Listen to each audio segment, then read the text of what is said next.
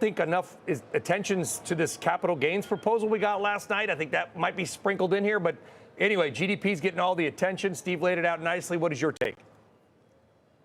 I agree with Steve's point. You know, the GDP number did catch people off guard, the core price index being basically a hot number, 2.9 year over year.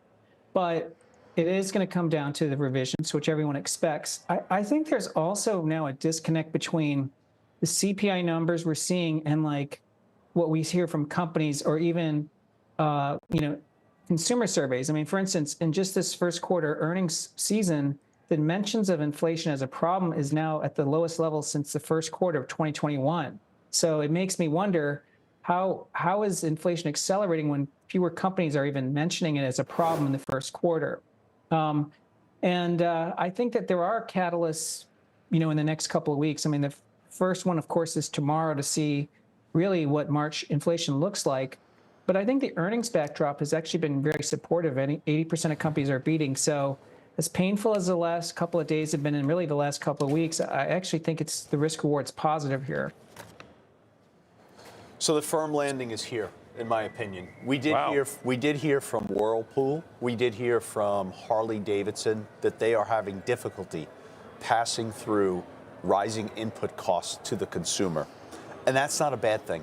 In fact, if you look at the price action today, right now, where we are in the market, we have recovered everything that we lost after the GDP print and after the inflation figures were released. So we've recovered it all. This is really where we sit in the marketplace right now off of Meta and the spending that's attributed to Meta. I think that the rest of the world is experiencing a disinflationary trend that ultimately is going to get exported here to the United States.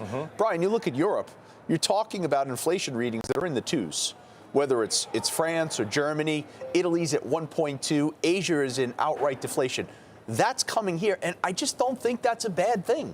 And the premise for buying equities in 2024 never was about the Fed has to cut rates. Because if it was, at the beginning of the year when there was 7 rate cuts priced in, now we're pricing in 1 rate cut, maybe in December, well, the equity market would be lower from the starting point in January. We're actually higher. And Joe and John, jump in on this. Can we just, remember the Super Bowl with the Falcons and the Patriots? And the Falcons are up like 100-0 at halftime. 28-3. Whatever, and then Brady comes back and wins. Can we all just acknowledge that the stock market is up this week? Even with today, we're still higher for the week. We're only like 1% or 2% off all-time highs.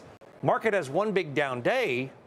Profit margins are strong. Everyone wants to focus on the economic recession that never happened. The real recession that happened that matters most is the earnings recession. And we've come out of the earnings recession in the second half of 2023 for the S&P and the NASDAQ. We're waiting on the Russell, and that's a catalyst. Yeah, Tom, though, we've got a couple big names tonight, and we'll get Dan's take on that in just a second, Dan Ives. But, I mean, what if Microsoft and Alphabet soil the sheets? I think is that the family-friendly term with the numbers tonight? I mean, then what? Because Meta kind of did. Yeah, I mean, Meta was up 40% into the earnings report, so I think expectations were high. I think there has been sort of a reset, so I think there's if it's a beat, we could see stocks rewarded. And overall, it has been a good earnings season. 80% of companies are beating, and if you really exclude energy, you're really pushing up against double-digit earnings growth year over year. So it's exactly what Joe was saying. It's been a pretty nice earnings recovery. And I think as you get into the second half of this year, healthcare no longer has negative year-over-year comps. So, you could be back into mid-teens earnings growth. So I think the earnings backdrop's really supportive, and there's still $6 trillion of cash on the sidelines. So we get some good numbers tonight. Well, more importantly, Tom, I think good guidance, right? Not to forget about the backwards. We want the forwards looking. That's good. This sort of mini market panic probably could come to an end right quick.